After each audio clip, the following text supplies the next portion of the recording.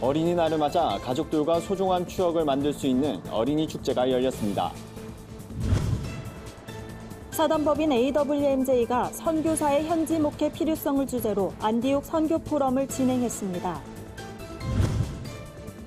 한국교회 목회자들이 이른바 하나님 나라에 대한 개념을 어떻게 인식하고 목회에 적용하는지를 알아보는 조사 결과가 발표됐습니다. 안녕하십니까. 구티비 뉴스입니다. 어린이날을 맞아 자녀들을 위해 좋은 추억을 만들어줄 수 있는 축제가 열렸는데요. 따뜻한 봄 날씨 속에 가족과 소중한 시간을 보낼 수 있는 다양한 체험회장이 마련됐습니다. 올해 3회째를 맞는 중랑구 어린이 축제에 진은희 기자가 다녀왔습니다. 부모들이 자녀의 손을 잡고 삼삼오오 가족들이 모입니다. 이색 체험들이 눈길을 끄는 이곳은 중랑구 용마폭포공원입니다. 체험하는 아이들의 모습에는 웃음꽃이 떠나지 않습니다. 지난해 3만여 명이 찾은 중랑구 어린이 축제는 올해로 3회째를 맞았습니다. 가족과 교감할 수 있는 프로그램들이 많아 체험하는 아이들의 모습에 활기와 기쁨이 가득합니다. 가까운 데서 이렇게 축제가 있어서 와보니까 너무 경치도 좋고 날씨도 좋고 프로그램도 많이 준비해서 재밌게 하고 있어요. 너무 좋고 재밌어요. 금난교회와 함께하는 이번 축제에는 1,300여 명의 자원봉사자들이 참여해 놀이마당에 활력을 더했습니다. 지역사회와 교회가 협력해 어린이날 축제를 마련한 건데요. 지금은 중랑구의 대표적인 축제로 자리매김했습니다. 축제는 가족마당, 놀이마당 등 10개의 마당에서 70개의 코너가 마련됐습니다.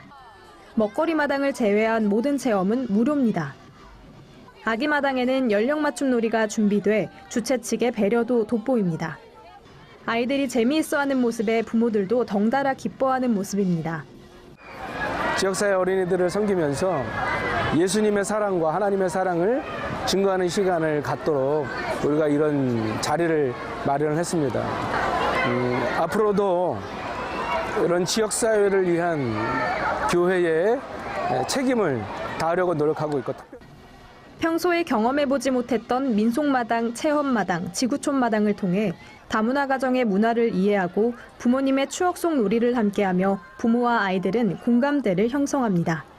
행사를 주최한 금난교회 측은 지역 주민에게 그리스도의 섬김의 본을 보이고 앞으로도 다음 세대를 위한 행사들을 많이 마련하겠다고 밝혔습니다. 구티비 뉴스 진은입니다. 사단법인 AWMJ가 제4차 안디옥 선교 포럼을 개최했습니다. 선교사 현지 목회 해야 하는가를 주제로 열린 이번 포럼에선 선교지 목회의 필요성과 선교 현장의 정보 공유가 이뤄졌습니다. AWMJ 선교회는 전 세계 선교 정보를 수집하고 공유하며 단기 선교 사역의 새로운 패러다임을 제시하므로 성경적인 선교를 추구하는 단체입니다. 선교회 측은 빠르게 변하고 있는 세계 선교 속에서 한국 선교사들의 영향력이 날로 증대되고 있다며 3년마다 개최해 오고 있는 안디옥 선교 포럼을 통해 성공적인 한국인 선교 현장의 사역 원리를 공유하고 있다고 포럼의 목적을 설명했습니다.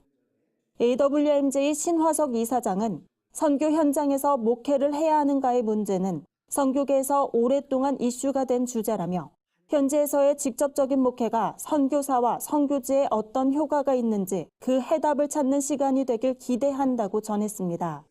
이와 관련해 25명의 현지 선교사들이 현지 목회에 대한 다양한 의견을 제시해 눈길을 끌었습니다.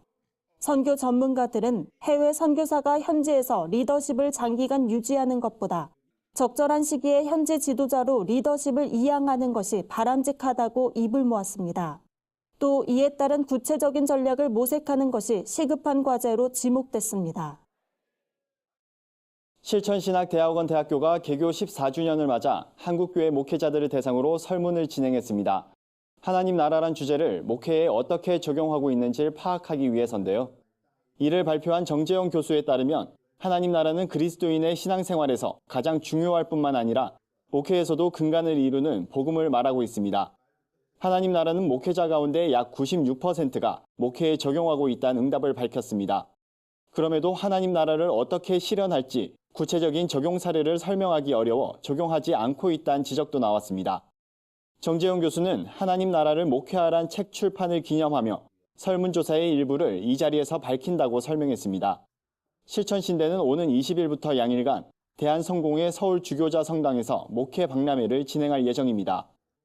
손인웅 이사장은 하나님 나라에 대한 정의가 정립되지 않아 개념을 잘 모르고 사용했던 때가 있었다며 이번 박람회를 통해 하나님 나라가 목회에 자리 잡고 정착해 온 성도들이 깨달을 수 있는 한국교회로 성장하길 바란다고 전했습니다.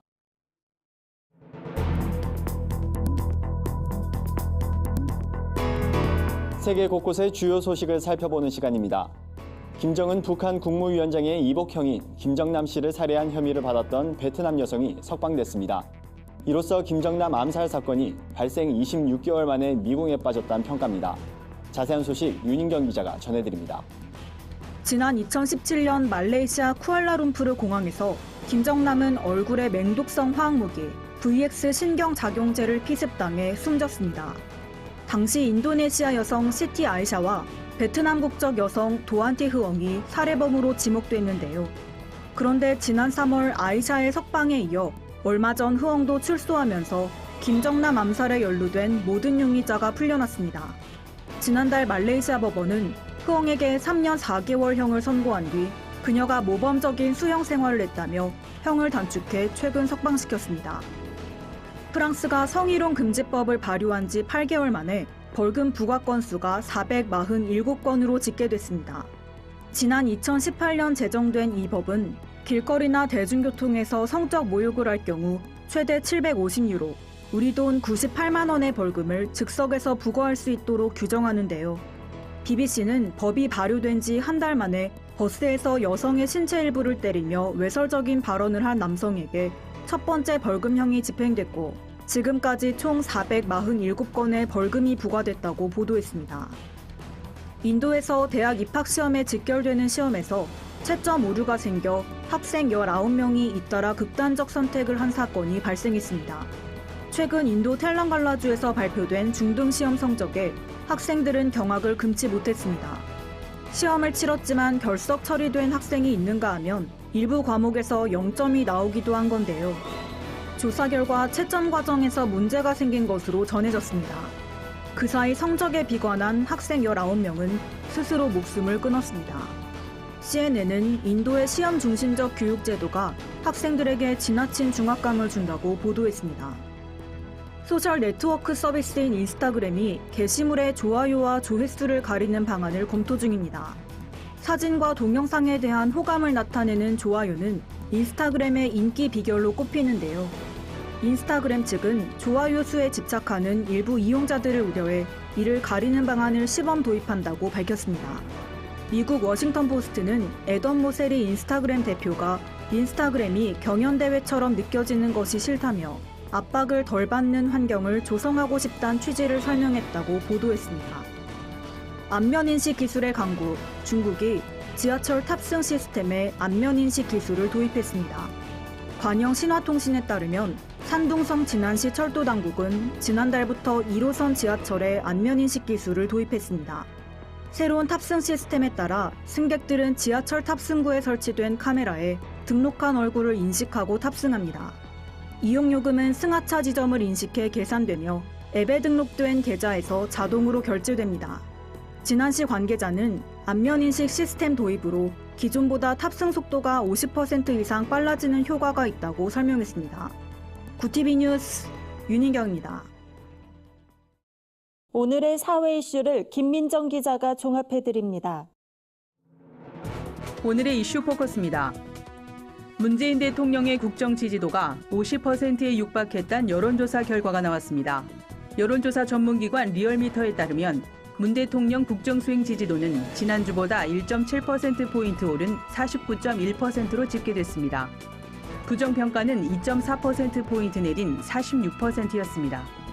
문 대통령의 국정수행 지지도는 중도층, 호남과 서울, 경기, 인천, 30대와 60대 이상에서 주로 상승했고 대구 경북과 충청권, 진보층에선 소폭 하락했습니다. 한편 더불어민주당의 지지율은 40%대를 회복했으며 자유한국당의 지지율은 33%로 현 정부 집권 이후 가장 높은 수치를 보였습니다. 문희상 국회의장이 한중 협력 강화를 위해 중국 방문 일정에 들어갔습니다. 문 의장은 2박 3일간 진행되는 이번 일정을 통해 현재 소강 상태에 있는 북미 간 대화가 조속히 재가동될 수 있도록 외교적인 노력을 집중할 것으로 보입니다. 또한 한중 FTA 후속 협상, 대기오염 협력 등에 대해서도 상호 신뢰를 바탕으로 지속적인 대화와 협력의 필요성을 강조할 것으로 전망됩니다. 최근 심혈관계 긴급 시술을 받고 퇴원한 문 의장은 중요한 외교적 기회를 미루기 어렵다며 이번 순방 일정을 강행하기로 한 것으로 알려졌습니다. 7일부터 휘발유 가격이 리터당 65원 오릅니다. 경유는 46원, LPG 부탄은 16원씩 가격이 올라갑니다. 지난해 11월부터 시행됐던 유류세 인하 조치가 단계적으로 환원되면서 가격 인상 요인이 발생한 겁니다. 정부는 7일부터 오는 8월 31일까지 휘발유와 경유, LPG 부탄에 부과하는 유류세 인하폭을 현행 15%에서 7%로 축소합니다. 정부는 가격 인상을 노린 매점 매석을 막기 위해 석유 정제업자 등에 대해 휘발유, 경유, LPG 부탄 반출량을 제한해왔습니다. 휘발유, 경유는 전년 동기 대비로 115%, LPG 부탄은 전년 동기 대비 120%를 초과하는 반출 수입이 금지됩니다. 구티비 뉴스 김민정입니다. 주요 단신입니다. 예수교대한 성결교회가 오는 9일 오후 1시 성결대학교 학술정보관에서 제98회 총회 임원 후보자들의 2차 정견 발표를 가집니다. 이번 총회 임원 입후보자에는 총회장 후보의 문정민 목사, 목사 부총회장 후보의 기호 1번 곽종원 목사와 기호 2번 김융성 목사가 이름을 올렸습니다. 100년을 살아보니의 저자 김형석 교수의 초청 강의가 13일 경기 이천 에덴 파라다이스 호텔에서 열립니다.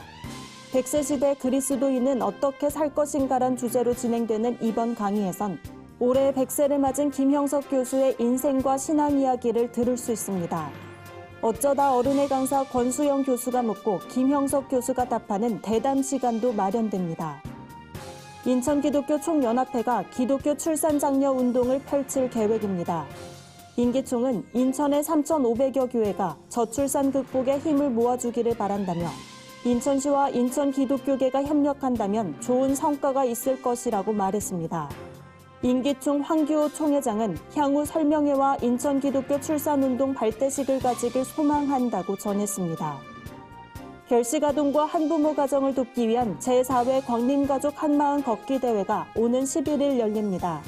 걷기 대회는 오전 9시 서울 잠실 한강공원 청소년 광장에서 시작되며 광림교회 월드비전 한부모 가정지원센터 위드맘이 함께 진행합니다. 광림교회는 가정의 달을 맞아 주최하는 걷기 대회를 통해 소외된 아이들에게 하나님의 사랑을 전하겠다고 말했습니다. 이상으로 뉴스를 마칩니다. 구티비 뉴스는 인터넷 신문 데일리 굿뉴스를 통해서도 보실 수 있습니다. 시청해주신 여러분 고맙습니다.